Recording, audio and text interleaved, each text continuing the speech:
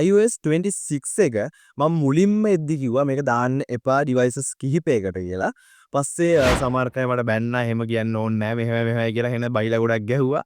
අන්තිමේට 26 එක දාලා ඊට වඩා වැඩි ප්‍රමාණයක් මට කතා කරලා කිව්වා මොකද්ද මේකට කරන්නේ මේක ලැග් වෙනවා මේකේ බැටරි ගොඩක් ඩ්‍රේන් වෙනවා මේ වගේ ගොඩක් බග්ස් එයාට ඇවිල්ලා තිබ්බා.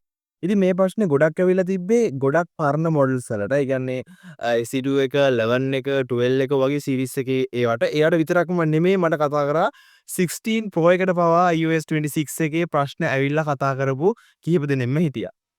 පස්සේ මේකට සොලියුෂන් එකක් විදියට ඊට පස්සේ මම iOS 26 එක ඩවුන්ග්‍රේඩ් කරන්න කොහොමද කියලා ඔයාලට වීඩියෝ එකක් කරගෙන ආවා. මම මේකෙදි රෙකමන්ඩ් කරා මේක අලුත් devices වලට. ටිකක් latest devices වලට මේක ඩවුන්ග්‍රේඩ් කරන්න එපා. නමුත් ඔයාගේ ෆෝන් එකේ SE2 එකක් වගේ නම් 11 එකක් වගේ නම් 12 ඒ වගේ ටිකක් පරණ device එකක් නම් පරණ version එකක් නම් ඔයා ඒක ඩවුන්ග්‍රේඩ් කරන්න කියලා. නමුත් ඒ වීඩියෝ එක සෑහෙන්න මම හිතන්නේ views 10000කට වඩා වැඩි ප්‍රමාණයක් මේක බලලා තිබ්බා. ඒ කියන්නේ ගොඩක් අයට මේකේ issue එක ඇවිල්ලා තිබ්බා 26 වල. ඊට පස්සේ මේ වෙද්දී ඒක ඩවුන්ග්‍රේඩ් කරන්නත් බෑ. ඒ කියන්නේ දැන් මම මේ වීඩියෝ එකේ කතා කරපු ක්‍රමය වැඩ කරන්නේත් නැහැ.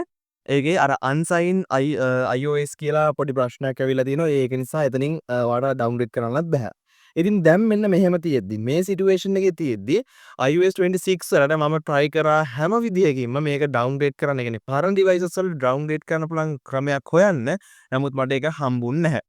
ඉතින් එතනින් එහාට දැන් ඔයාගේ device එකේ 26 එක තිබිලත් තවත් ප්‍රශ්න තියෙනවා නම් ඉතින් මම මේ විදිහෙන් කතා කරන්නේ ඒවට පොඩි හරි solution එකක් ඔයාලට ගන්න පුළුවන් වෙයි මේක ඉවරනකම් බැලුවොත්.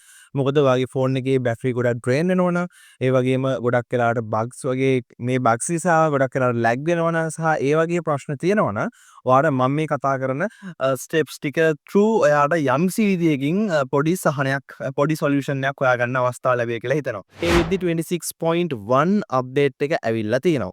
ඉතින් අනිවාර්යයෙන්ම මේ 26.1 එක අප්ඩේට් කරගන්න මේකෙදි තවත් අලුත් ෆීචර්ස් කීපයක් ඇවිල්ලා තියෙනවා. මේක අර මේන් අප්ඩේට් එකක් වගේ එකක්. ඉතින් ඒ නිසා 26.1 එකට අනිවාර්යයෙන්ම ඔය device එක අප්ඩේට් කරගන්න මේ වෙද්දි වාගේ bugs ගොඩක් issues තිබ්බ අයට අනිවාර්යෙන් මේක ගොඩක් දුරට මේ bugs fix වෙන්න අවස්ථාව තියෙනවා. ඉතින් මේ steps ටික follow කරන්න ඔයාලට ඒක ගොඩක් වැදගත් වෙයි.